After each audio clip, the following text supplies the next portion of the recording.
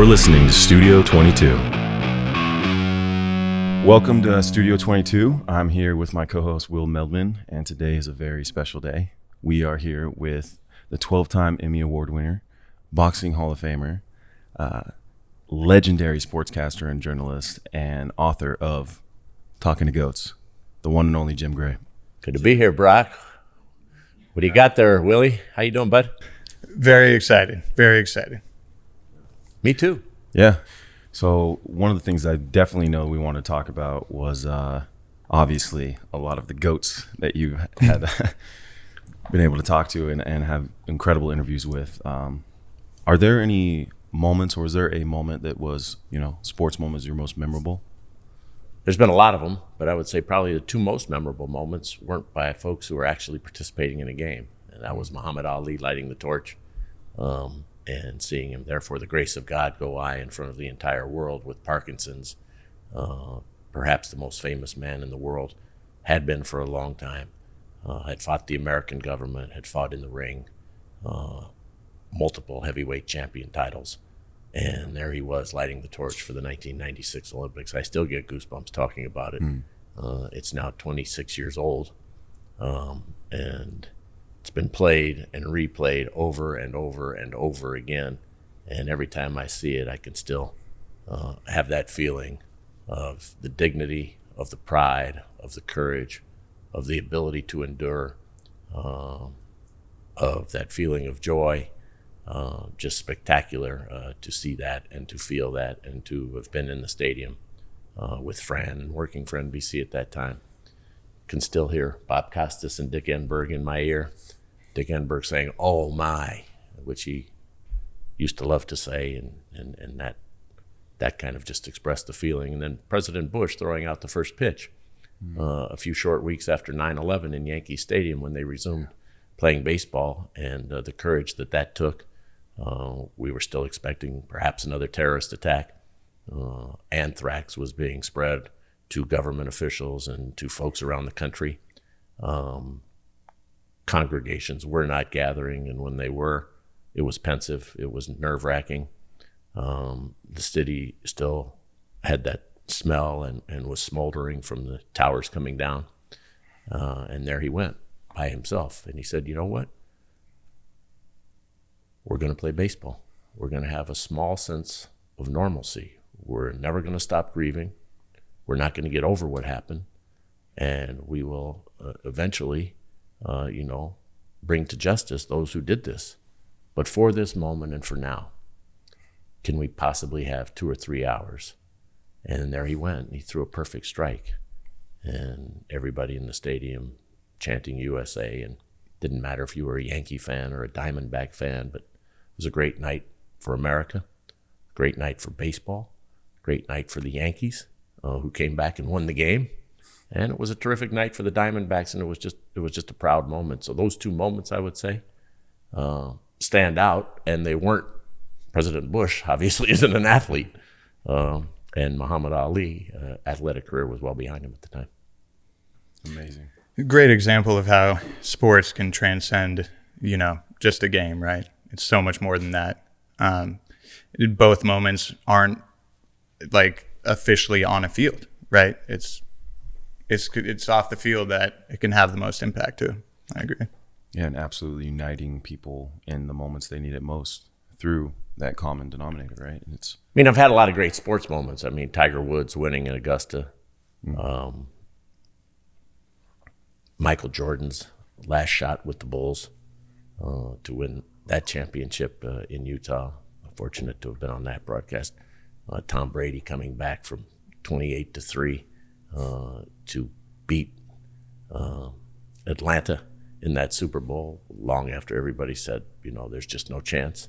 So, there have been a lot of great sports moments that I've been fortunate enough to have broadcast and been a part of and to have witnessed. So perhaps that was a better answer to your question, but the other two kind of stand out. I think they're all great answers. Yeah, appreciate you sharing. Absolutely. When it comes to Muhammad Ali, he was your first interview. Correct. I've heard, a couple interviews and reading the book as well and seeing that but I want to hear it from you firsthand. What was that like for you, that moment? If you could take us back to it, how was that? Well, I wasn't prepared for that moment. That moment happened very unexpectedly. I was a videotape editor. I had been an intern for the ABC station in Denver, and I was at that time 18 years old, and I was taken from the internship as a sports intern to become a videotape editor because all of the guys in the union were taking the buyout. So they didn't want to learn a new craft. So everybody who had been a film editor, most of those guys retired and didn't want to learn how to become a videotape editor. So a lot of young folks, like myself, were being hired, men and women. And I was still in college at the University of Colorado. I was a freshman and got a job as a videotape editor. And about 7 a.m., I was in getting ready for the Broncos with Red Miller show. Red Miller was the coach of the Broncos, and they had a good team at that time. And they were getting ready, preparing. It was some off-season show, maybe the draft. And a woman named Sue Tews, who was the assignment editor, came running into the booth, and she said, "You were the sports intern. You know something about sports." I said, "Well, yeah. What's up?" She said, "Muhammad Ali's 2.5 hours early at the airport. Go out and interview him." And I said, "What do you mean?" She said, "Well, we can't find any of the news anchors or the sports guys." Well, it's 7 o'clock in the morning, and this is 1978. And if you don't answer your home telephone, they can't find you. So if those folks were sleeping, or if those folks were in the shower or out for a jog or whatever, they couldn't find anybody. Nobody had a beeper. Nobody was walking around with a cell phone. No cell phones. There was just no way to get a hold of somebody. So I was the only one in the station, or at least the only one in the station that she thought might have any idea of Muhammad Ali's background and what he had achieved.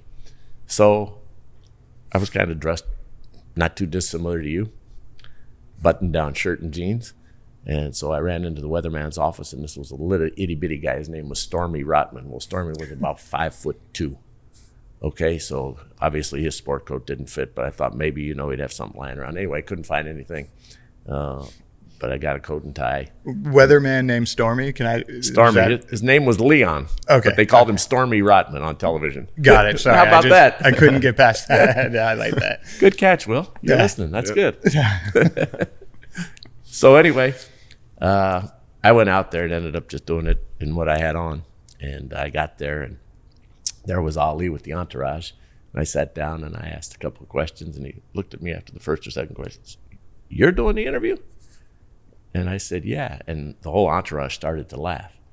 Well, I wasn't even shaving. I mean, I looked like, I was a high school kid. It's my first year of college. So he was probably wondering, what's going on with this group? Why are they sending you? And I didn't explain it or anything. I just kept asking questions. But when everybody started to laugh, that loosened me up. Because it was funny. It wasn't making fun of me. He was asking a real legitimate question in a funny way.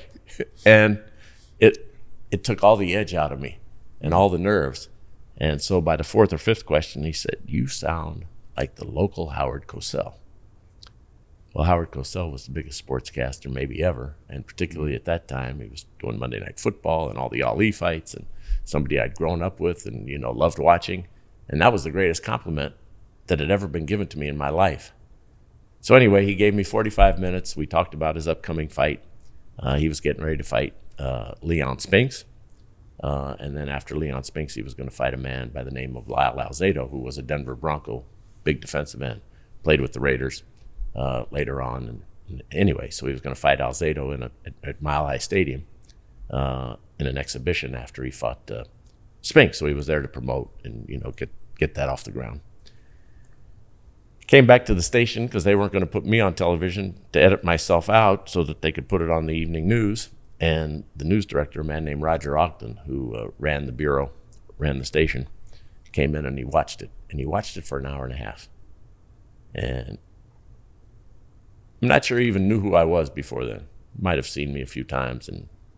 But he didn't really know much of me or my name. I was a young kid who's an intern who's now a videotape editor. Watched it for an hour and a half, looked at me, pulled the tape out of the machine, and he said, "You and this videotape are barely adequate." Oh, wow. So I tell everybody I've been barely adequate ever since. We're going to put that on the air. That's incredible. So they put it on the air, and then I started doing interviews, and Ali took a liking to me. So back in those days, they didn't, all the stations were connected through extensive wiring and so forth, and don't have all of these satellites and fiber optics. Satellites were about the size of this house back in those days. So, it was very hard to get information to other places. But at ABC, they had something called DEF. And DEF stood for Daily Electronic Feed. So ABC, DEF. So they put my interview with Ali up on the Daily Electronic Feed to be spread to the network and to all of its affiliates and stations. Well, a lot of them took it down, including the evening news. Evening news at that time was anchored by a man named Frank Reynolds, who came before Peter Jennings, and had followed, the long lineage of great acres. In his day, he was a competitor at that time to Walter Cronkite and the CBS Evening News, and he had ABC World News Tonight. So anyway, he saw it and put it on. And so everybody kind of got a kick out of this young kid interviewing Ali, and Ali being good with it. So everybody took it down. So Ali started inviting me to all of his fights to interview him before and after. And then the promoters, namely Bob Arum, and then Don King, saw this, and so they'd bring me to their fights to do these interviews. So that's basically how I got started interviewing. That is incredible. There was no grand plan, so there was no. I didn't come in that morning to work. I thought I was editing Red Miller's show. No, yeah. Sometimes in life you're put in a extraordinary position, and it's how you react to it, right? How you respond. What do you step up? What do you do? And clearly that had a giant impact on the rest of your life. That's a perfect transition with Don King. I want to fast forward a little bit. Las Vegas, 1997. You are front row for the Mike Tyson Evander Holyfield fight. It's a scrappy fight, the first 2 rounds. Third round, Mike Tyson bites Holyfield's ear off. You run in the ring. It's pandemonium. Can you take us there and tell us a little about what it was like?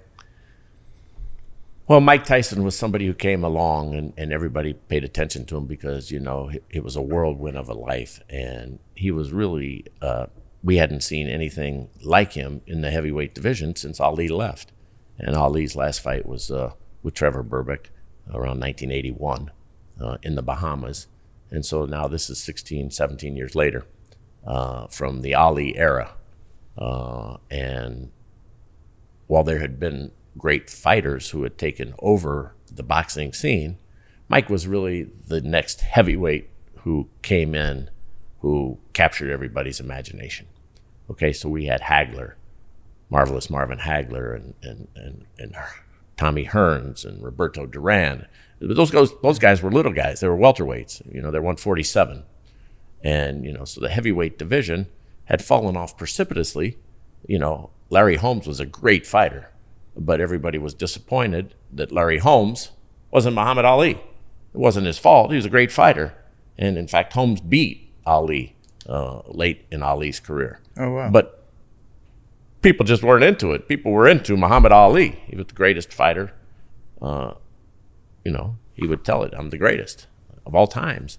And plus everybody got a big kick out of him. And a lot of people hated Ali too because of his war stance. But there was just, everybody knew who Ali was. And now we had Tyson, and Tyson was knocking people out in the first round. And Tyson was, this train wreck that everybody had to see.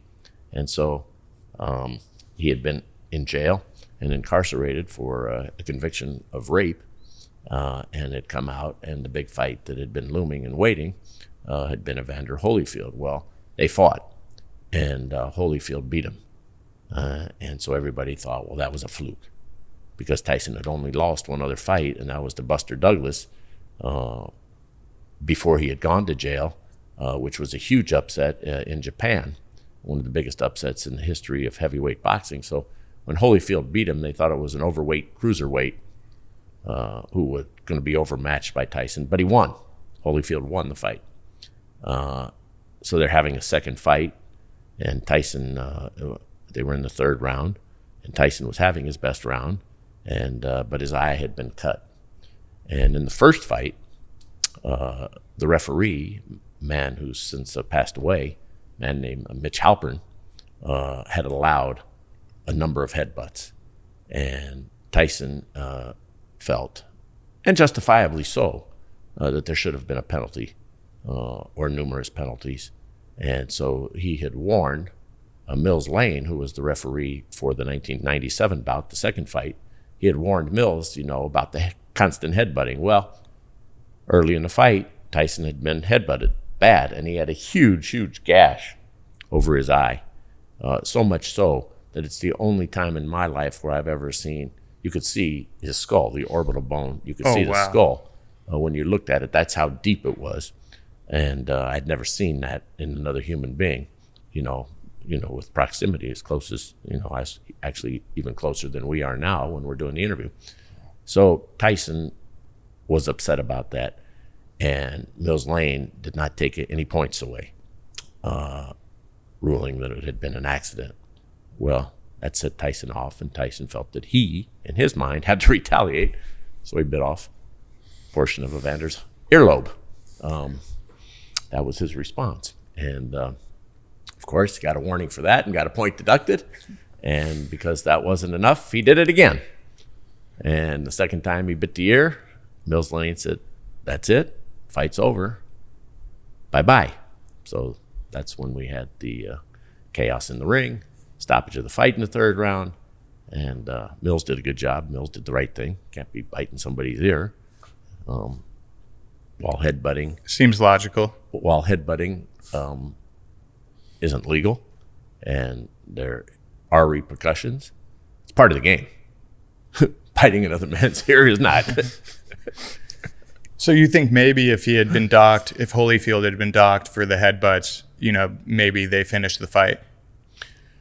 Well, I'm not sure that they could finish the fight, so Tyson was trying to exact in his mind some disability that would bother Holyfield in the same way that he was going to have to put up with this the rest of the fight, because, it was going to get worse and worse, that eye, the longer time went on in the fight. So he wanted to retaliate in a way that would make him disabled or distracted or in some way get him off his game.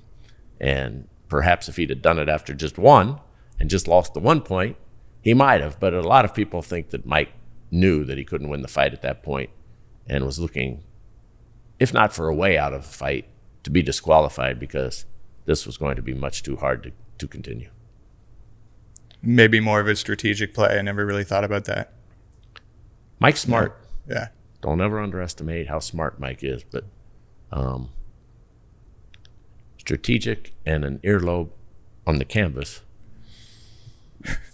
hasn't been anybody else's strategy ever. So, oh man, yeah. Well, no, for sure. I mean, it ended up being an extremely iconic moment in sports history. So, I appreciate you, giving us a deeper dive on that. Yeah. Well, nothing like that had ever happened before, and nothing has happened since. Now, if you go back, and I had known this at the time, Evander, when he was preparing for the Olympics, he bit another guy's ear. So when you see Evander jumping up and down, and then he kind of collected himself, it's kind of hard to throw that stone when you've already done that. Wow. So I didn't know that. Yeah, he had. Wow. Maybe a lot of people still don't. Right. Evander had bitten the guy's ear. Wonder if that's where Mike got it, Maybe he saw and... Well, Mike knows a lot. I'm not sure he knew that at the time, but obviously in boxing, in these gyms, most of them have headgear, so this doesn't, but I mean, I'm sure that everything's discussed and everything's contemplated. Just nobody had ever done that before, and thankfully nobody's done it since. Yeah.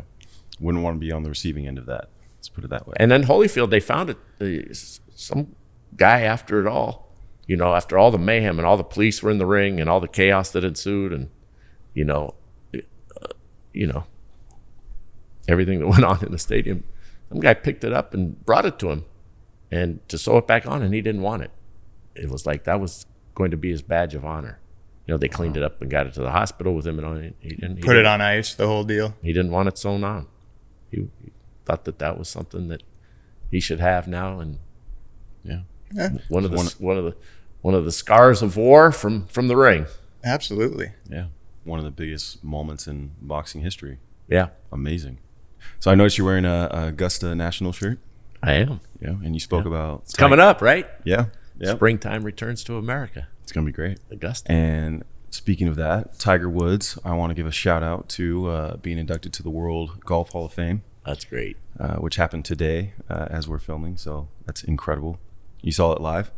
I did. I watched it, and it was great to see his mom and see his daughter introduce him. And it's been a long time coming, a foregone conclusion, but the actual ceremony is just, those ceremonies are touching because they hit the guy, because the hard work that he's put in, the dedication, how much he's sacrificed in his life to get to that moment. And so then when that individual feels it and knows it, doesn't matter, he's known he's going to be a Hall of Famer for 15 years, 20 years, whatever it's been, a long time. But when it finally happens, it's a huge moment. It's a big deal in a guy's life and for their family. He had said that he had a bet with Steve Stricker that he wouldn't cry. Yeah, that was funny when he said that in the beginning. But of course, I mean, if everyone gets emotional at that moment, it's like the entire weight of your accomplishments, right? It's a beautiful thing. It's just so great. And, I was lucky enough to get into the Boxing Hall of Fame and the Basketball Hall of Fame. And then you go up there and, just from my point of view, it's impossible not to, because of all the people who have helped you get there. And I'm just a sportscaster, so it's much, much different than those who are participating, because sportscasters don't ever expect those honors. That's not, not that Tiger Woods would have expected it, but he had expectations, as great as his career had gone and going up the ladder, that it would happen. But I remember when Mike Tyson did my induction, and he started to cry. I remember. And I'm standing there, and he's crying, and I'm thinking, oh, God, he's talking about my dad, who's not with us. And you just can't help but have those emotions and those tears and all those memories just come flowing. So when Tiger, got choked up thinking about Earl, that's his whole life. That's who taught him the game. That was his mentor. That who was introduced him to the game. And, I believe Tiger said in his speech, the one who instilled that drive in him, that drive to pursue that excellence and to be excellent, and that nothing was going to be handed to him. He said that he'd have to earn it. And they're great moments. They're unbelievable moments, but boy, they take you to a place that when we all have them, because no matter what you've ever achieved in your life, there's something at some point that will trigger that memory, that will make you grateful, that will give you that gratitude and hit you in a way that only you know, that only you feel. Yeah. And so it was great to see Tiger have that. Certainly. You could feel how much Tyson cared about you and how sincere he was when he was speaking about you at that ceremony. That was beautiful. Thank you. And he said something that applies to Tiger. It applies to everybody. Mike got up there and he said, it's hard to get here. You have to take a plane. You have to take a bus. You have to take another plane. And then you got to drive. It's hard to get here because it's hard to get here to have this moment. And I thought, wow, how profound is that? Yeah. It's hard to get here because it's hard to get here. And he was talking about being in Canastota, which is the Boxing Hall of Fame. But the same thing applies to Canton, Ohio. It's hard to get to Canton, Ohio if you're a football player, not only because of what you did on the field, but it's hard to get there. There aren't a whole lot of planes from LA to Canton. In fact, there's zero. Or New York, okay? It's hard to get to Springfield, Massachusetts. You can get to Boston, or you can get to Hartford, but to get to the Basketball Hall of Fame, it's a long, long drive. I can't necessarily speak to Ponte Vedra and the Golf Hall of Fame, but it ain't easy to get there either. So what Tyson said applies to all of these Hall of Fames, except for the one in Toronto for hockey. I guess it's pretty easy to get there, but it's hard to skate on the ice to get there. But all of these places are in difficult places. But when he came up with that, that always stuck with me, Will. That's amazing. I heard from a mentor of mine, Tyler Perry. He said something in line with that, in the sense of it's hard to get to the top. It's even harder to stay there. Well, Brady always says that to me. It's not what you do in your 20s. It's not what you do one time that makes you great. It's what you do over the course of time. And can you sustain it? And can you do it over and over and over again? Like he has. Like Ali did. Like Jordan did. Like Tiger. Like Kobe. I mean, so to be that great, it's not some guy who won the U.S. Open once. It's not some guy who led his team to a Super Bowl. It's how many times could you do it, and how long were you on the stage, and how many memories and indelible images have you left the public with that really count toward greatness. GOAT is a word that's greatest of all time, that's easy to throw out there, but it's really hard to achieve it. Everybody's the greatest of all time because we live in 2022. Well, no, you're not. Okay, just because you don't have the historical perspective, or because everybody has the attention span of how easily they can push one button on their app on their telephone and get that information and say, see, look at this. Well, no, that doesn't tell me about Joe Louis and actually what he did, or Rocky Marciano, or Carl Lewis, okay, or any of these guys. So to throw out there some guy who's won some medal and had some great performance, I don't know why we just don't accept it for that. That was a great performance. Right. And that may last for all time, that one performance. But that doesn't mean you're the greatest of all time. So anyway, but it's kind of fun. Everybody has these debates and everybody kind of discusses it. So, and you can make the greatest of all time. They're all subjective, really subjective arguments. I mean, one man's trash is another man's treasure. You may think something, somebody else thinks something else, and that's fine. But I love that about the longevity and the consistency, right? I mean, that speaks to developing great habits and not great moments. You can get lucky essentially and have a great moment, but what you guys are talking about with GOATs is excellence over a long period of time. I love that. Which is something I would say, that's obvious to the public, even, that Tiger had, from such an early age, right? Were there any qualities you would say from meeting him when he was 9 years old, after he had already made 3 holes in one at his, local golf course? And were there qualities that he had then as a 9-year-old that you said, this guy's got it?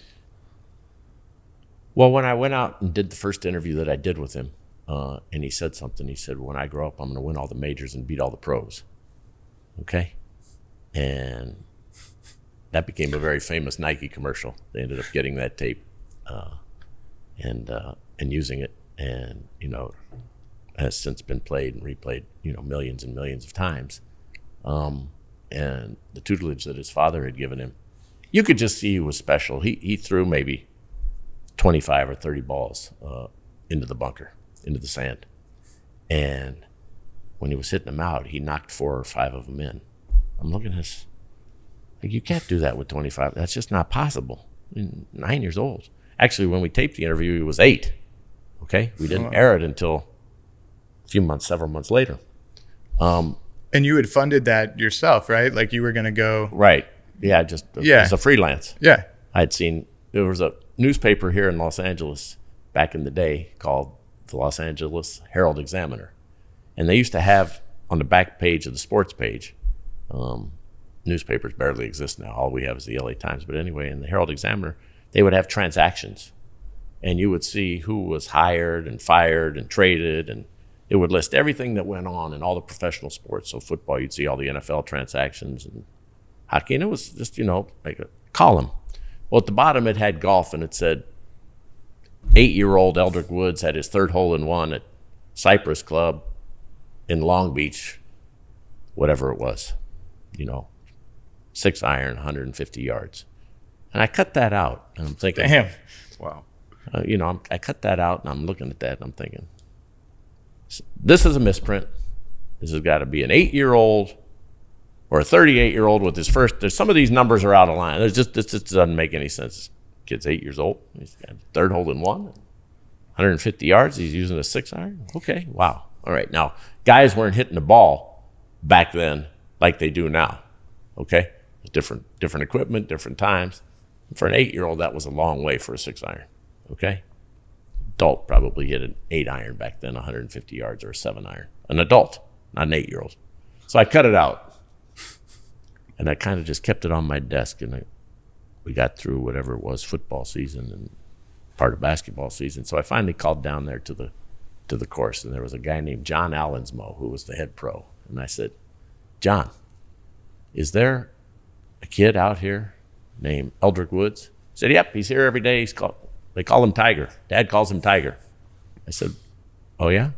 He said, what does he do? He said, oh, he probably hits 300 balls, 5 times a week here. I said, can I come down there and do an interview with him? He said, it's okay with me in the course, but you have to ask the dad when you get here. Dad's name is Earl. I said, okay, great. He said, do you have a phone number? He said, no, I don't. So I came down there one day with my camera crew, and I asked Earl, get the camera crew in the car, didn't, intrude on him. I walked up and introduced myself, said, I'm a freelance sportscaster. Could we tape an interview with your son and you? And we talked for a few minutes, and he said, sure. So we did it. And that was my first interview with Tiger, and got on the air on ESPN several months later. I mean, the foresight to go and do that. I mean, your whole life you've been around incredible, the top, the best, right? And it feels like you just have an innate ability to recognize greatness. I mean, I don't think I'm stretching by saying that by any means, right? Well, I've been fortunate in the positions that I've been in. Okay, so the Ali thing was just happenstance and luck. I was just in the right place at the right time. And then I didn't screw it up, and he liked it, and he took a liking to me, which was all just good fortune. Okay. But then I just kept trying to put myself through hard work in a position to have more good fortune. And, knew that if I could just stay in the game and do this, that something else good could happen. With Tiger, I was just reading the transactions. Tiger had been on the Mike Douglas show, which was like the Johnny Carson show, which is like, Jimmy Fallon and Jimmy Kimmel right now, and Stephen Colbert. It was a talk show. And back then it was Dick Cavett and Johnny Carson and so forth. When he did that interview, though, he didn't speak. When Tiger did that interview, he was just a little kid swinging a club. And Bob Hope was on that. And Bob Hope was the big entertainer in the country at the time. So he had been exposed already, Tiger. I don't know what he was at the time, 2 years old maybe. And then somewhere after that, he'd been on local television with Jim Hill, who still does TV in Los Angeles on Channel 2, CBS. And so he had a little bit of exposure. He wasn't obviously known by the general public or known to sports fans. And it just so happened that what he had to say in that interview turned out to become famous. And true. Yeah. But it was all on his own. And I just had done an interview when he was a little boy. Right. And so I was fortunate to have been there. And the greatest thing was to see him win that first Masters. And I was working for CBS Radio Sports and Westwood One. And my job was to call the action and to do the interviews on CBS Radio. And CBS had the rights. So my dad would keep score for me on the tower. And so to see Tiger win after having done that interview, and then right before he went into the Butler cabin to see Tiger and Earl and Coltita, Mrs. Woods, and then to do the interview with him after that, and got a big hug from the whole family. And Mrs. Woods, I'll never forget what she had to say. She said, "Jim, we've watched that interview 1,000 times."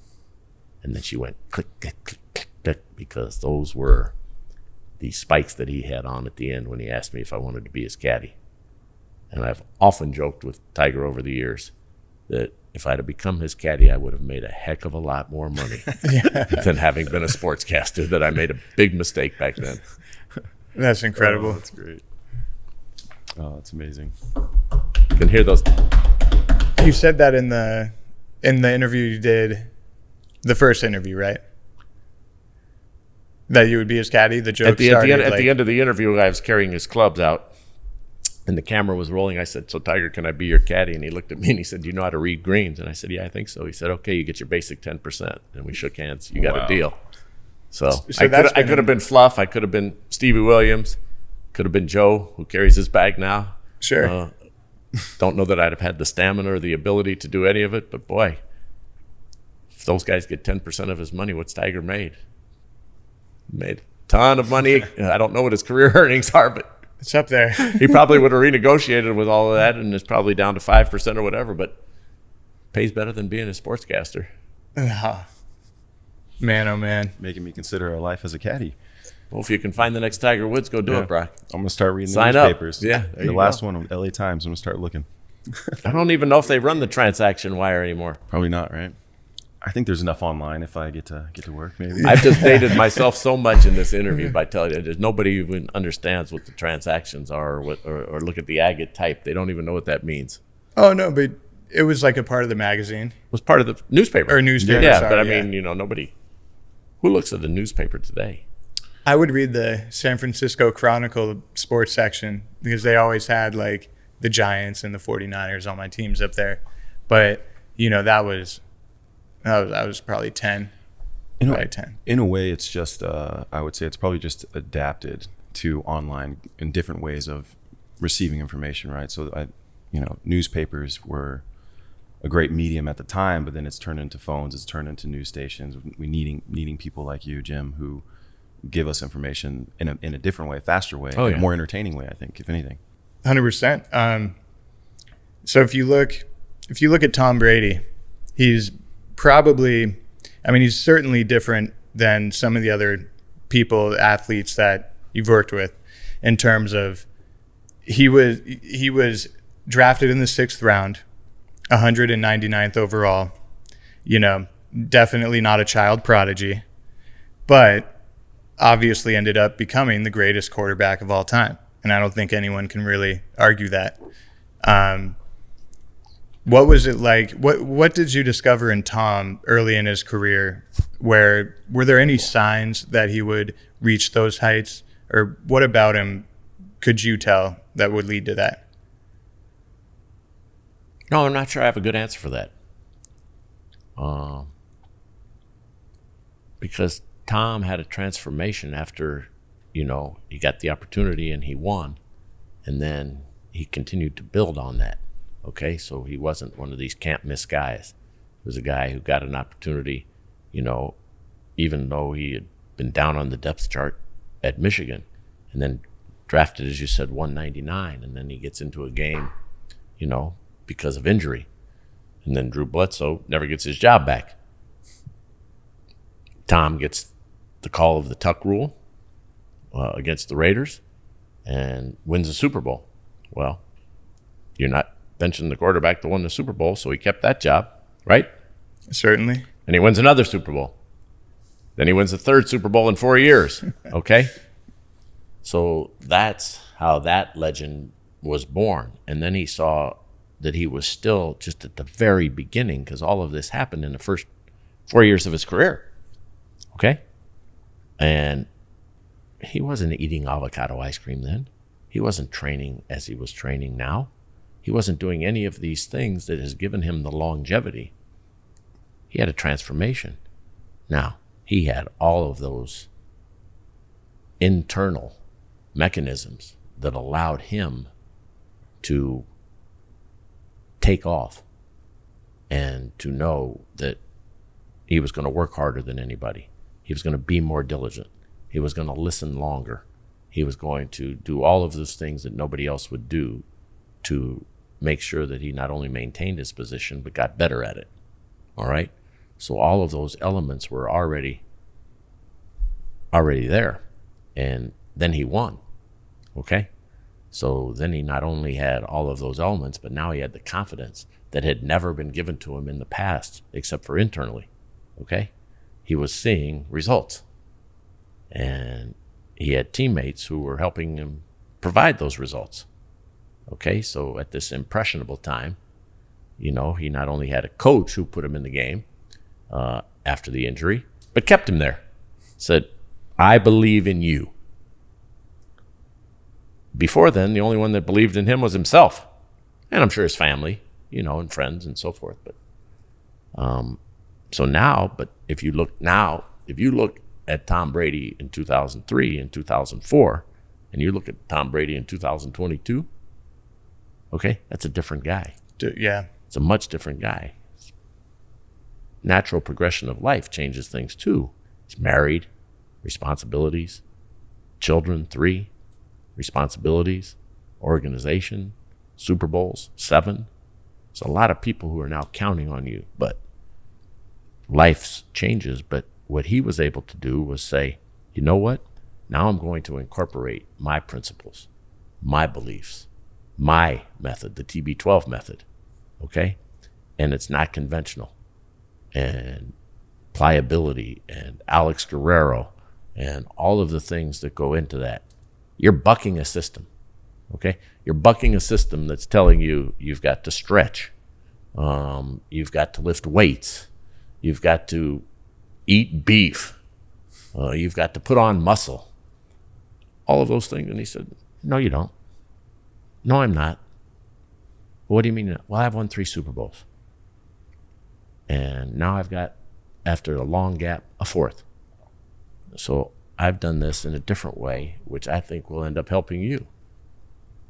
And so now he's trying to pass on what he has been able to do to everybody, to be healthier, to get the most out of yourself, to not put a limit that's saying just because you're a certain age doesn't mean you're not able to perform at a high level. Well, that all sounds good, but he's walking the walk. He's not just telling you, he's showing you. He's doing it, okay? Won a Super Bowl when he was, whatever he was, 43 years of age, just short of 44. Played, was statistical leader in almost every category for a quarterback that matters. I think he was the statistical leader in every category that matters in the NFL last season. Yeah, I believe so. Yeah, at age 44. So it's not a physical thing with him not playing or deciding that this was enough. It was time to do other things in your life.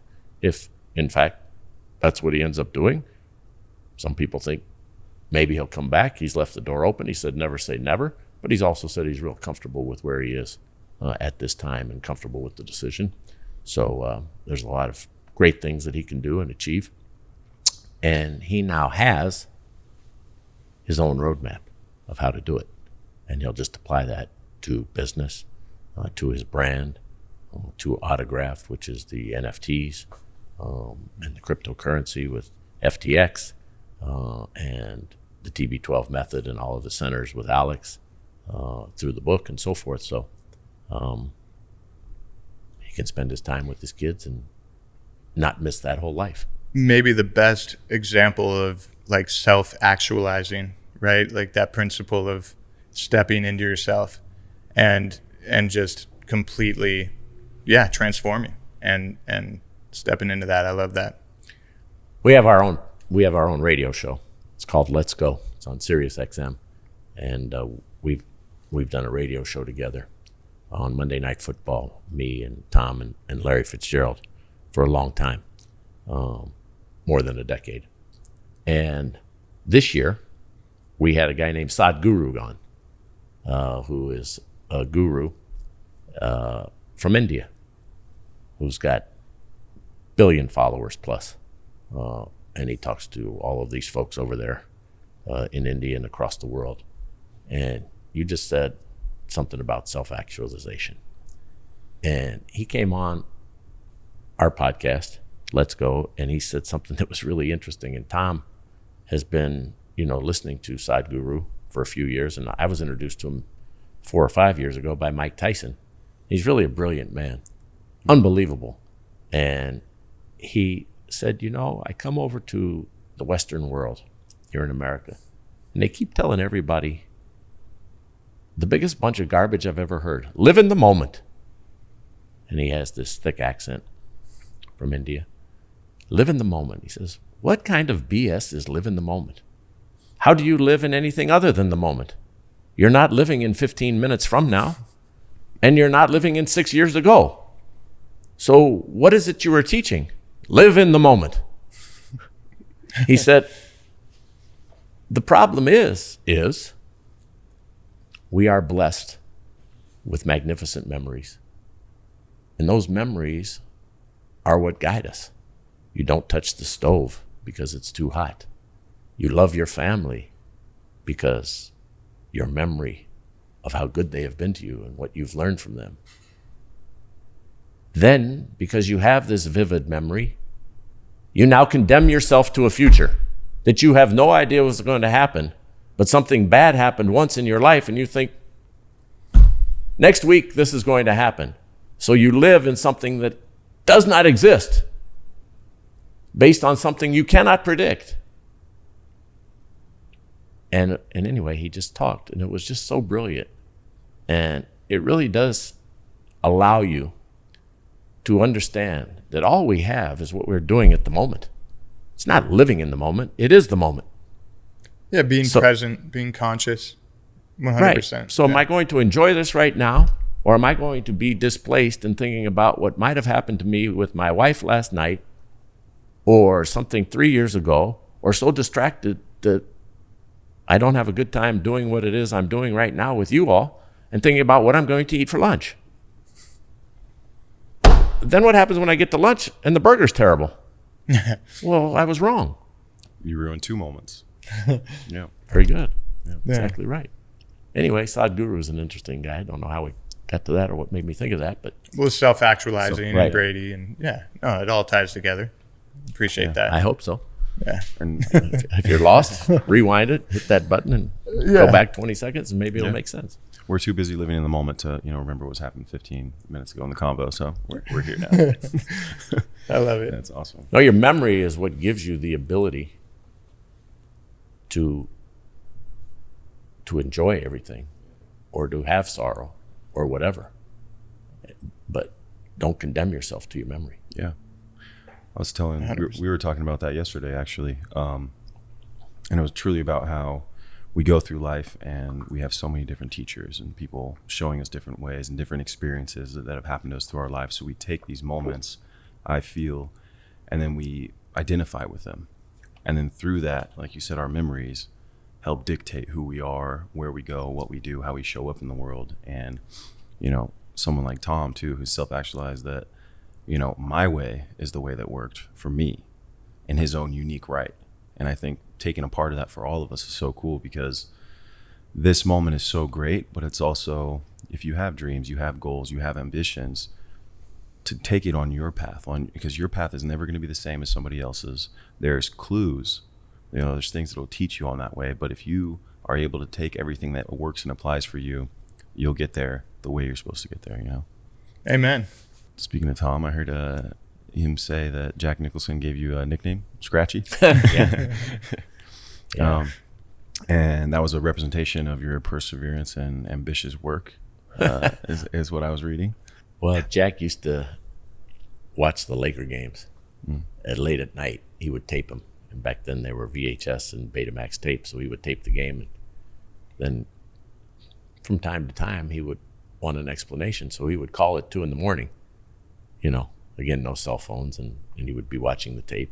He'd come back from either shooting a film or from partying or from whatever he was doing. But he was nocturnal, and he would be reading numerous books and watching games at night. And he called up one night. He says, "Got a little scratchy with those people, didn't you, Scratch?"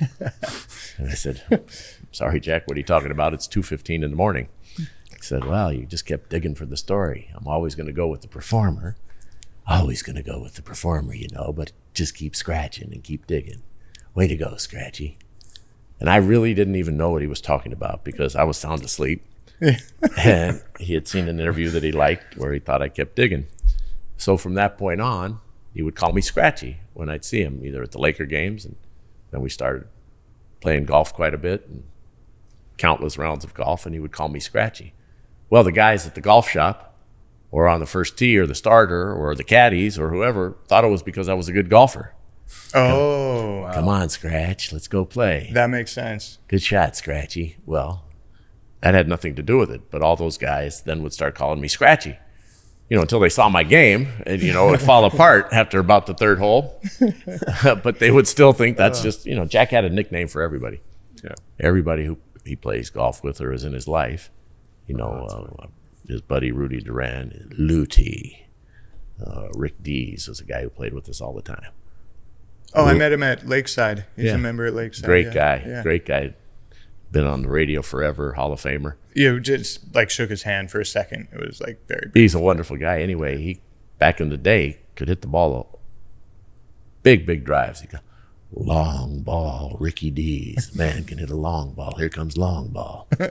So everybody, his accountant, man named Ed White, Mr. Decency.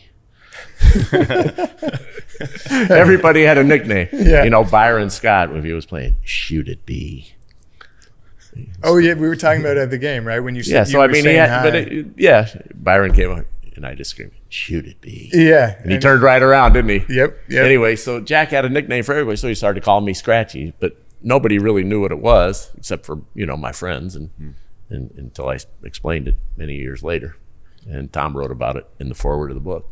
Yeah, I think that's awesome that Tom included that in the foreword and that he wrote the foreword of your book. That's an incredible honor. That's great. Yeah. So very nice. Yeah, very, very honored that he would put his name on my book and do that. Well deserved, I would say.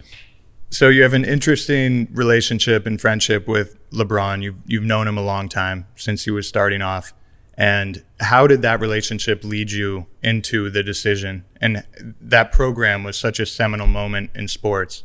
Can you give us some insight onto how that changed the landscape of player empowerment and how that affected your relationship with him? It was Jack's buddy, Rudy Duran, who I just mentioned, said, there's a kid playing basketball in high school. You should go see this kid, because he knew the coach real well. And he said, we should go. And he said it to me. Rudy doesn't say things once. Rudy says things 400 times. So on the 400th time, I said, all right, Rudy, let's go see this kid. So we went out to Akron, and I was introduced to LeBron and his coach and so forth. And he was marvelous. And so, when I'd go out to do the Firestone tournament for ESPN at Akron, where they played the golf tournament back when they had Firestone. I would stop by and see LeBron play or just kind of followed it. Then he jumped into professional basketball, and I was a broadcaster for Gordon Gund, who owned the Cleveland Cavaliers. So when they got the first pick, when they won the lottery to get the first pick, ESPN assigned me to go to be with Gordon. And they picked him and got to interview Gordon that night. And Gordon was blind. Blind man. He used to listen to the games on the radio. And I had done a feature with Gordon when I was working at NBC. We had taken him skiing in Aspen. Oh, wow. He had a home in Aspen and loved to ski. And it was a halftime feature on the NBA on NBC. So anyway, there was proximity and familiarity with Gordon, and they drafted LeBron and got to do the interview and so forth. And then was assigned by NBC for that draft. And then when he came out, I was assigned by ESPN to do that draft. And then when I was first game happened in Sacramento, the Kings, they assigned me to the game because I was familiar with LeBron and we knew each other. And so did his first game, and we just kind of stayed in touch during the course of his career. And one thing led to another. I went to a Lakers game when he was considering leaving the Cavaliers, or he was going to be a free agent and know he was going to leave the Cavaliers. I went down, and he is a manager, and guys that he had been in business with was sitting there. Maverick Carter was sitting with Ari Emanuel. Oh, wow. And I'd known Maverick because I had met Maverick over the course of time, obviously, and him and Rich Paul, who's an agent, and Randy Mims, his best buddies growing up and went to high school with and so forth, were handling his business affairs and doing quite well in their own businesses.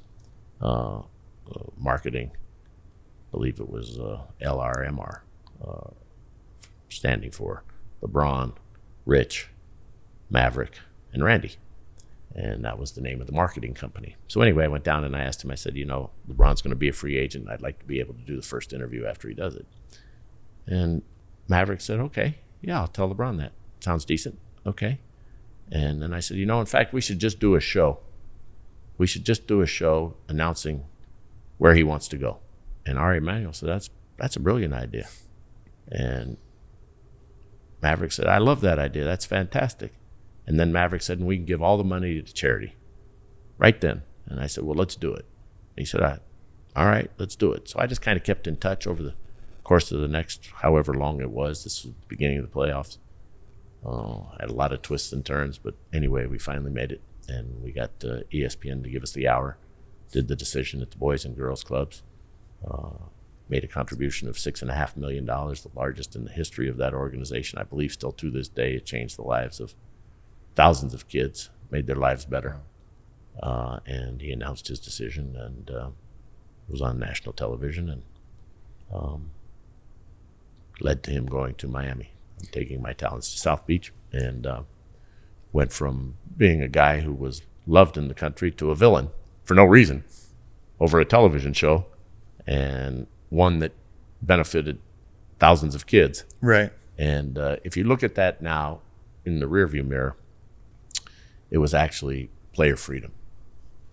And it changed. LeBron changed the entire paradigm for the National Basketball Association and for athletes. It was a moment where they all took control of their destinies. And David Stern was very upset with the show. David Stern tried to stop the show from going on ESPN because it was the day, actually, that he lost control of his league, where the players decided, to a large extent, because of LeBron, that they were going to go and play under the structure of the NBA where they wanted to play. So he was just following what was presented to him, and he broke the model. And now what do we have? What do we have every year? What's more important? Even in the games that are being played, Kevin Durant is suiting up for the Warriors, and midway through the season, is he going to stay here next year? Where's Kawhi Leonard going? What's going to happen to X, Y, and Z? So it becomes as big as the games that are being played. Covering free agency. Correct. Right. And it's happening before they've even played the games. So all of that's attributable to LeBron. And he's made things better for all of these players. And he took the hit. And it was awful, quite frankly, that he had to take a hit because of that. And I understand there are things, obviously, we could have done better. We could have explained about the charity and the money and how it was helping kids. And we could have been more sensitive to the fans in Cleveland, because that was a hard blow for them to lose the best player in the NBA. And there was no good way for that to happen, but we certainly could have been much more sensitive to the feelings of the folks in Ohio and Cleveland. And so, they're obviously in the rearview mirror. There are things that we could have done that were better. But by and large, I'm very proud of that program. I know that LeBron made things better for everybody, and I think that if you look at it now, everybody has a decision, and everybody is benefited because of it. It's in the book. We go through it quite extensively. 100%. And in my preparations, I was, reading all about it and everything. Blatant plug for the book there, Will. Absolutely. Make sure, where can we pick up the book, by the way? Wherever you get your books. Amazon.com, talkingtogoats.com. Book's 1.5 years old, so I'm sure most people who have it have gotten it. But that's really interesting about LeBron, though. And, sometimes to be an innovator, you do have to take a hit, unfortunately, right? But I'm definitely on the side of, if you were raising money for Boys and Girls Club, then it's an overall net positive. And, that's really what matters more than that. And look at the mushrooming of social media from that. Mm-hmm.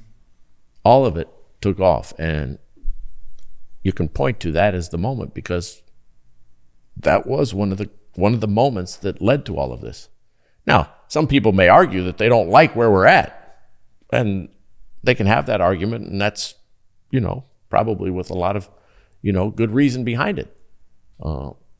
But LeBron James should never have been cast as a villain. I mean, look at the guy's built a school. The guy's won 4 championships. He's won in 3 places. He's going to end up being the leading scorer in the history of the National Basketball Association. As long as he can stay healthy for another couple of years, he'll overtake Kareem Abdul-Jabbar.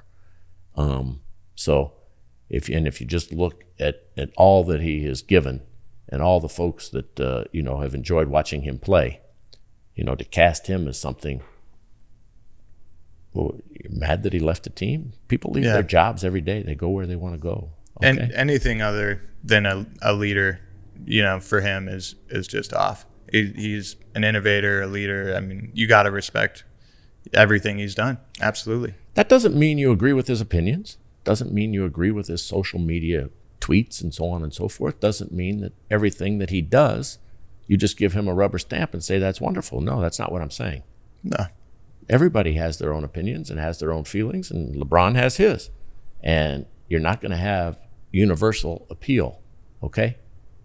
Because, first of all, there's 29 other places that hate you before you start, because you've been beating their ass forever. Okay? Look, as a Warriors fan, I feel that too, for sure. So you've already got that going against you, and then he takes stands that people don't necessarily agree with. Well, that's okay. You can have your stand too. But when we're talking about the decision, that helped all the players in all of sports. Certainly. Amazing. Much like Tiger, I would say, you've gotten to see a lot of athletes at an early age and then become something so great, like Michael Phelps, for example. He's somebody that you interviewed at the 2000 Olympics when he was 15 years old. And then 4 years later, actually, he had 6 gold medals in Athens.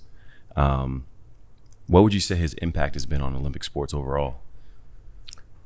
Immeasurable. He's the most decorated Olympian in the history of the games.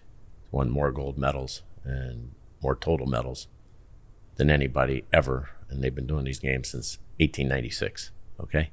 So think of the people who've come through. All right? Jesse Owens, Jim Thorpe, Babe Dietrichson Saharius, okay? Wilma Rudolph, Carl Lewis, okay? Usain Bolt, Olga Korbut, all the great gymnasts. Think about that for a second, all right? Then you go on to the swimmers, Mark Spitz, okay? Ian Thorpe. And just look at all of the unbelievable Olympians that have left their mark on their sport and on the games as a whole. And then you've got Michael Phelps standing at the top, on the highest step of the mountain of the victory platform with all those medals, okay? So his impact can't be just measured on a podcast. It reverberates worldwide. And you talk about be like Mike. Every Olympian wants to be like Michael Phelps. So what he did. Now he's also in a sport that allows for this, okay? So I didn't say he was the greatest Olympian ever. He's the most decorated, okay? There's probably been other athletes. Maybe not. He may be. Again, we'll get into a subjectivity here. Somebody may want to say that Usain Bolt, who won the 100 meters in those 3 Olympics, is the best when he was able to do that. Or that Carl Lewis winning the 9 gold medals and the triple jump over the course of 4 Olympic Games. Or that Michael Jordan doing it in 84, when they only allowed amateur basketball players, and then coming back with the Dream Team in 92. So or Muhammad Ali back in 1960, when he was Cassius Clay. So somebody can make an argument of who is the greatest athlete ever. Or was it Jim Thorpe all those years ago? Obviously, nutrition, equipment, technology, all of these things have changed all of these sports. Who had the greatest impact? Well, probably Jesse Owens when he ran, in front of Hitler in Berlin when Hitler was trying to prove white Aryan supremacy was the dominant force on the planet. And he went in there and won in front of him. So you can argue who was the greatest athlete, who had the most impact. Perhaps, the great impact of Tommy Smith and John Carlos in 1968 in Mexico City, raising their fists on the victory platform during the national anthem for civil rights in this country and across the world. All of those can be arguments. What can't be argued is that this guy won the most gold medals. And hell yeah, they can argue as long as they want. Numbers don't lie. That's a number that doesn't lie, and he's got it. Yep. And his sport allowed for it, with all of these different, strokes and ability to be in all of those, breaststroke and butterfly and freestyle and relays and so on and so forth. So he has a bit of an advantage, because you can only do that really in swimming. I guess you could do it in running, but nobody runs the 400 and the 1500 in the marathon. They just don't do it, okay?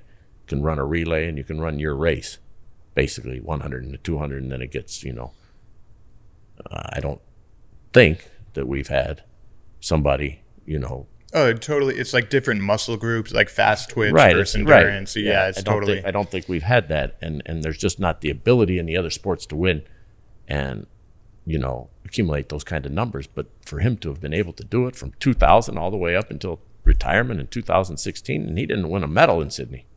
Okay, he's 15 years old. So, but anyway, so he is the GOAT of the Olympics. Love that. It was the producer, right, who told you, because he was 5th place, and then you guys discussed going to interview him, and then you and the producer were like, we should probably go interview him, and then Eddie Fabishoff, who was the producer for swimming, and he was also producer for basketball and for baseball on NBC. He was a great producer. He's a great guy. You're so good with names. Like this entire time, you've remembered every person's name in every single instance. It's really impressive. Well, thank you. I just have that look of not paying attention, but I really do. Anyway, Eddie Fabishoff said in my ear, it's a 15-year-old kid from the United States, Michael Phelps. We should probably interview him. What do you think? I said, okay, see how he does. Why not? Well, he got 5th. And so he said, what do you think? I said, yeah, why not? Perfect, let's do it. So we put him on the air. Little did we know that we were putting on Michael Phelps, okay? And, he was shy, but he was a really nice kid. And, he was happy we did it. And everybody back home got to see him and got to see the interview. And then,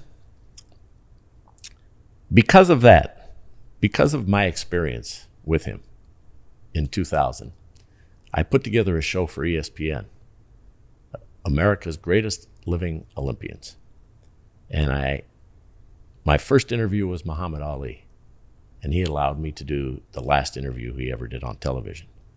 Because I asked Carl Lewis, who's the most decorated track and field, even to this day, still the most decorated in terms of gold medals, track and field, because Usain Bolt and them got stripped of their medal because of a drug violation by one of Bolt's teammates from Jamaica. So Carl Lewis, most decorated track and field. Mary Lou Retton, who revolutionized women's sports in this country, and gymnastics in particular, following Nadia Comaneci and Olga Korbut by winning in 1984 a gold medal, the first gold medalist for America in gymnastics. So we got Carl Lewis, Mary Lou Retton, Muhammad Ali. I asked would he come and do an interview. And we got Sugar Ray Leonard, who patterned his whole life after Ali, who had won a medal in 1976, and then went on to be just a huge boxing superstar, transcending it worldwide. And I asked Mark Spitz, would he do it? And Mark Spitz said no, didn't want to do it. And I had about 12 conversations with him because he was the most decorated swimmer.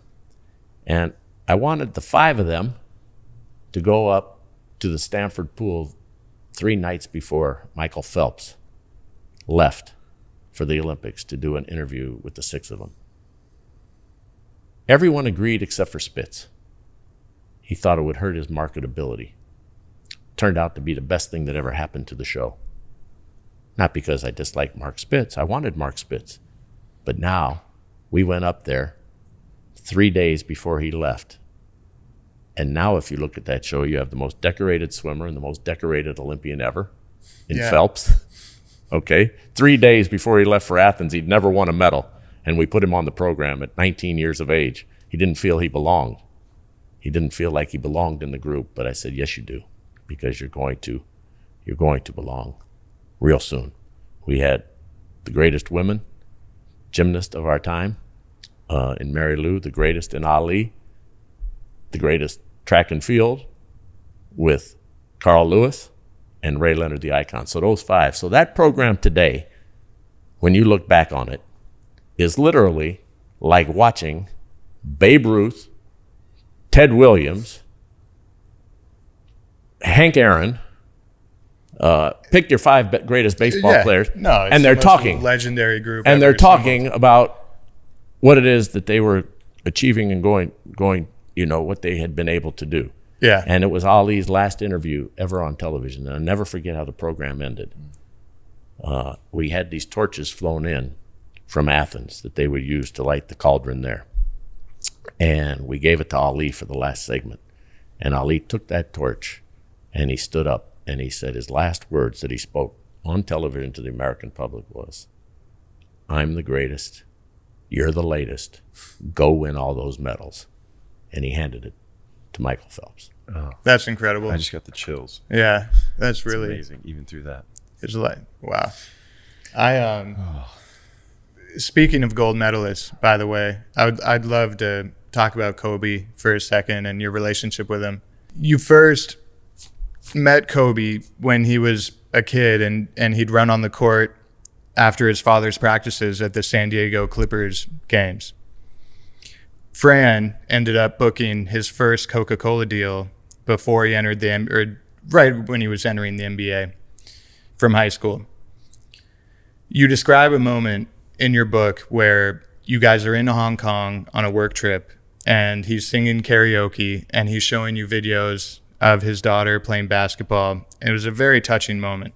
But we're talking about all these amazing people, and what is it about Kobe that made him stand out from even some of the other greatest athletes we're discussing? Well, I think I had just been fortunate. I was a scout for the San Diego Clippers, believe it or not, when I was a real young man. And his dad, Jelly Bean Joe Bryant, played for Paul Silas and the Clippers.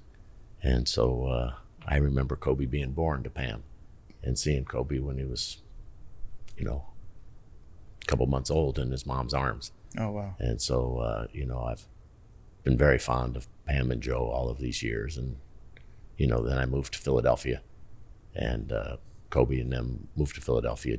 Joe had played in Philadelphia with the Sixers, wasn't part of that championship team, but I was broadcaster there during that time. And so, I was just able to kind of follow Kobe as a youngster and then, kept my eye on him and I'd been fond of the family, and he knew of me. And, we weren't socially involved. This was a little kid, but just seeing him all the time. And then from time to time afterwards, you know, and then hearing about how great he was doing at Lower Merion High School, you know, it just felt kind of like this was close to home. So then he was on draft day, drafted by Charlotte and traded to the Lakers for Vlade Divac. Jerry West pulled off that deal, engineered it, and so Kobe came out here. So when Kobe came out here, Fran and I were living in Atlanta. Fran was working for Coca-Cola. So he was on her radar just because he was the youngest player to come into the National Basketball Association. Sure. And I encouraged her and said, you know, they're great people, great family. He's a great kid. So she went and signed him for Sprite, for Sprite commercials, part of the Coca-Cola company. And she did his first commercial. I believe it was with Tim Duncan and Grant Hill. Oh, wow. And Kobe was supposed to have his shirt off in that commercial. Don't recall if you remember those commercials, but Kobe was like mowing the lawn and anyway. No, yeah, I do. Okay. Kobe was supposed to have his shirt off, but he wouldn't do it. He didn't like that his body wasn't fully developed, that he was, 18-year-old kid at the time. Right. And he didn't want that to be compared to, Grant Hill and those guys and so forth. So he had two things that he insisted on, that they go get him a shirt. So Fran had to drive with him and Pam to a Walmart out in the middle of nowhere. I forget where they were shooting this. They were shooting it in a small city someplace. And they had to drive for quite a while to get him a T-shirt at a Walmart or a Kmart. And they did. And his other prerequisite, I believe, was they do the commercial in Italian. And Fran, whoa, why are we doing this in Italian? Well, that's what he wanted. And so, they ended up having to do his portion, or at least part of it, for Italian purposes as well, because he had grown up some of the time in Italy. His dad he was bilingual, right? Right. Yeah. So they did that, and anyway, they developed a great relationship. And then I was with NBC, and we would televise his games, and got to interview him, probably more than 100 times through NBC, and just became very, very close over the course of the years. And then after he had retired, we were asked to go to Hong Kong to do a presentation for this group, and they couldn't get a hold of Kobe, so they had seen all of our videos on YouTube, so they got a hold of me, and I got a hold of Kobe, and then they figured out the appearance, and then at the end, they didn't want to bring me, they just wanted Kobe, and Kobe said, wouldn't even be here without him, we're bringing him. So I went over there and did the interview, and we went singing in a karaoke bar. We were only there for like 48 hours, 36 hours. Wow. And he got a plane and the whole thing from these folks, and we had a great time. And but he was a very loyal guy. When the Chinese group in Hong Kong tried to cut out his manager, Molly, from the trip, Molly Carter at the time, and didn't want to bring Kobe's security, and said, save the expense and don't bring Jim. He said, no Jim, no go. Never forget that line. And they were translating it back and forth over the telephone. And at the end, oh, yes, okay, bring Mr. Gray. Yeah, that's incredible. Yeah, so we had a lot of fun over the years, and still get quite sad when I think about what happened to Kobe and Gigi, and that hole will never be filled in our hearts, and obviously much more difficult for Vanessa and the girls, and those who were closest to him. But at least we have some of the good memories, and we can smile about some of those. Absolutely, those will live on forever. He was a great guy, and he was an unbelievable player, and he was just committed. He was committed to being great. He wanted to be the best, and it didn't matter who you were. If you were in the way, if you were an opponent, if you were a teammate, if you were a coach, if you were a member of the media, if you were a family member, if you were in his way of him trying to win, he got you out of the way. I love that. That focus, that drive, that ambition, that determination. Like, Kobe just seems like he was, the epitome of that. like an incarnation, a manifestation of like that idea, you know, of that quality. Yeah, I mean, he truly lived it. You know, he was embodied it, and for people who didn't know him, like myself, you know, he had an impact on me. It was just like the rest of the world. You know, I feel everyone felt his loss around the world. You know, and just having that drive and that focus and the mentality that he did, it truly was a testament of his success in all aspects of life. You know, with his family, his friends, relationships, obviously. You know. And his career, obviously, as well. So, and what was the impact he had on you? Just for me, too, being such a dreamer, it's seeing Kobe, seeing him do what he's doing and what he did over his career. It gave me faith, gave me belief, you know, hope. And when you stick to those morals, values, and like you said, you know, he had his line ready to go, and he wasn't going to let anyone get in the way of that. I feel the same way. You know, I'm going to do everything in my power while being the best version of myself I can, and I'm not going to give up on it. You know, I won't quit. I'll never stop until I get to where I want. And if I don't end up there, I give everything I got. I can go to bed knowing I gave every part of myself for my dream, and that's something that I saw in Kobe, and he succeeded on the highest level with that. So it's as good as it gets, really. Well said. Yeah. Good. Keep living it. Absolutely. Keep living it. Best way we can honor Kobe is to do that. Absolutely. Pursue your goals. I went on a 10-mile run when they were doing his service at Staples Center. I ran from West Hollywood to Staples Center just to check it out and you know, go there. But it was like, for some reason, that was just like the energy I felt that day from his passing. It was my way of dealing with it, I guess. But yeah, it was. Yeah. Yep, everybody, it's interesting how everybody rallied is the wrong word, how everybody collectively came together over this tragedy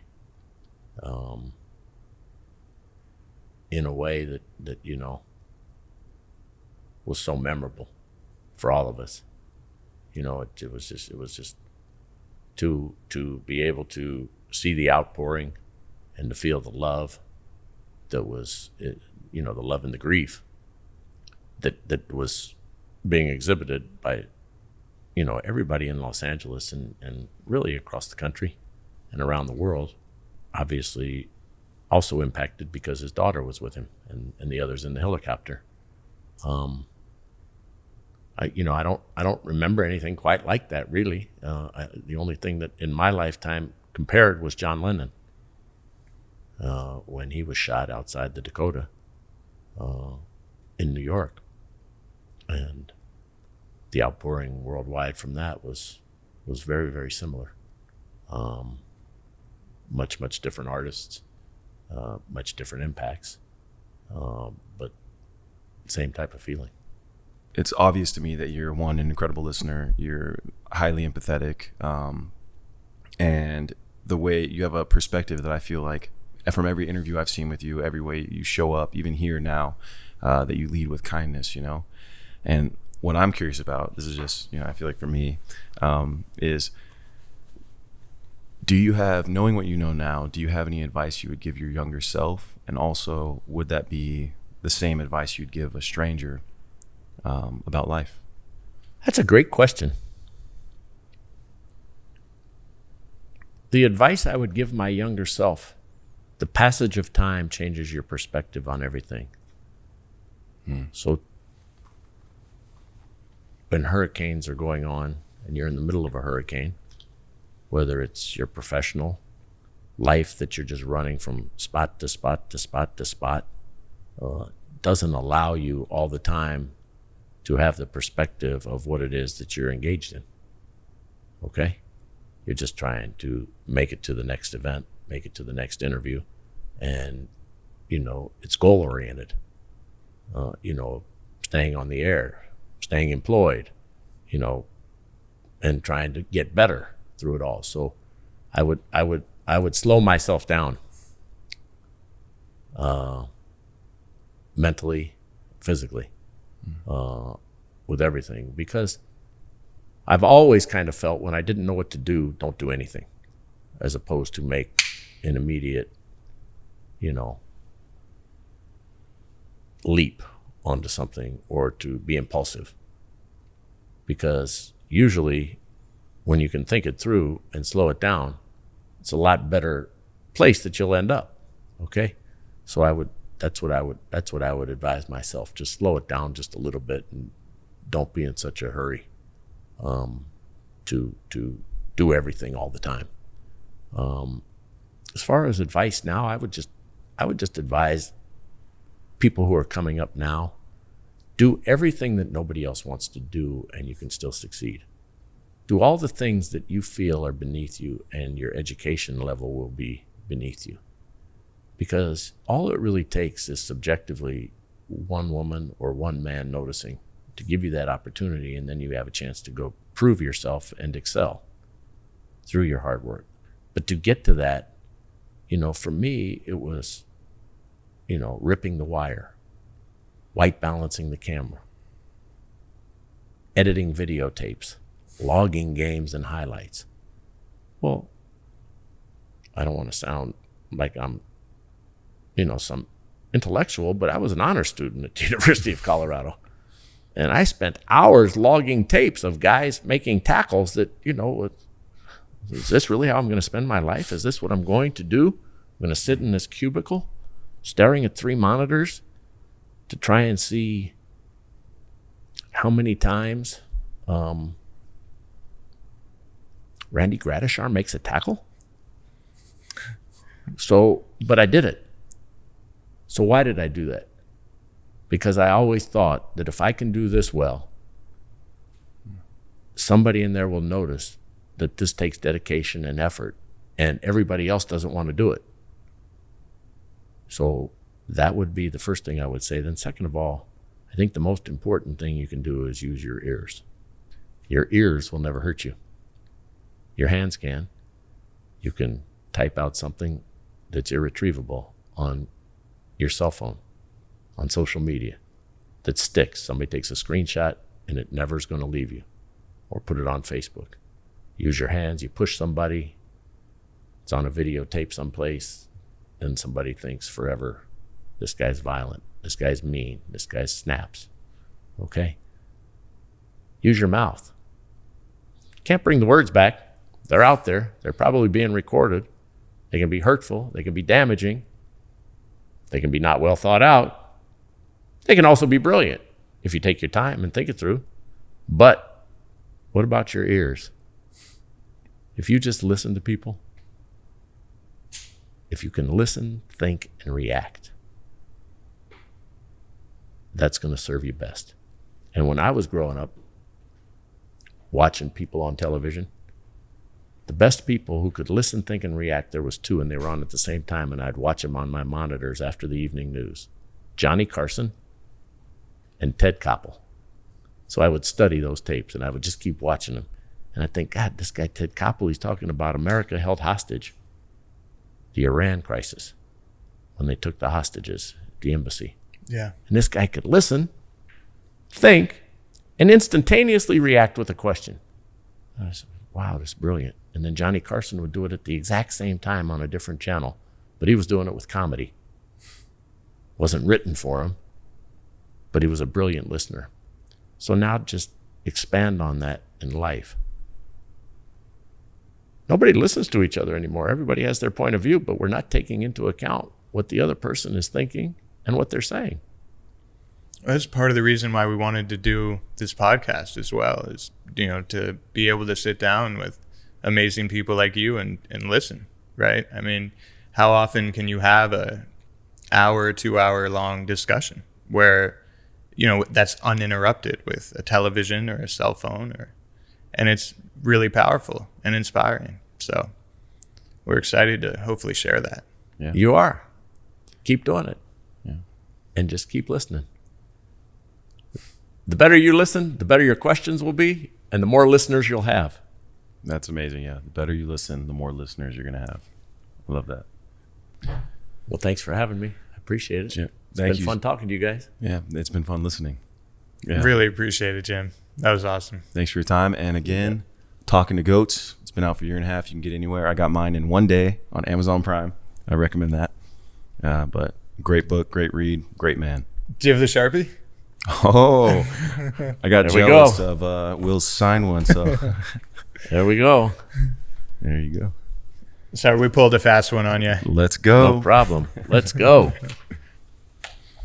Will, you got a book already, don't you? Yes, sir. Signed to you. Yes, sir. Okay, so this is Brock.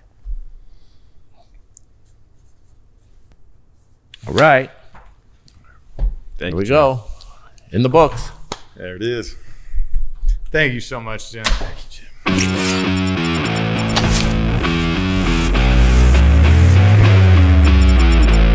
Thanks for tuning in to Studio 22.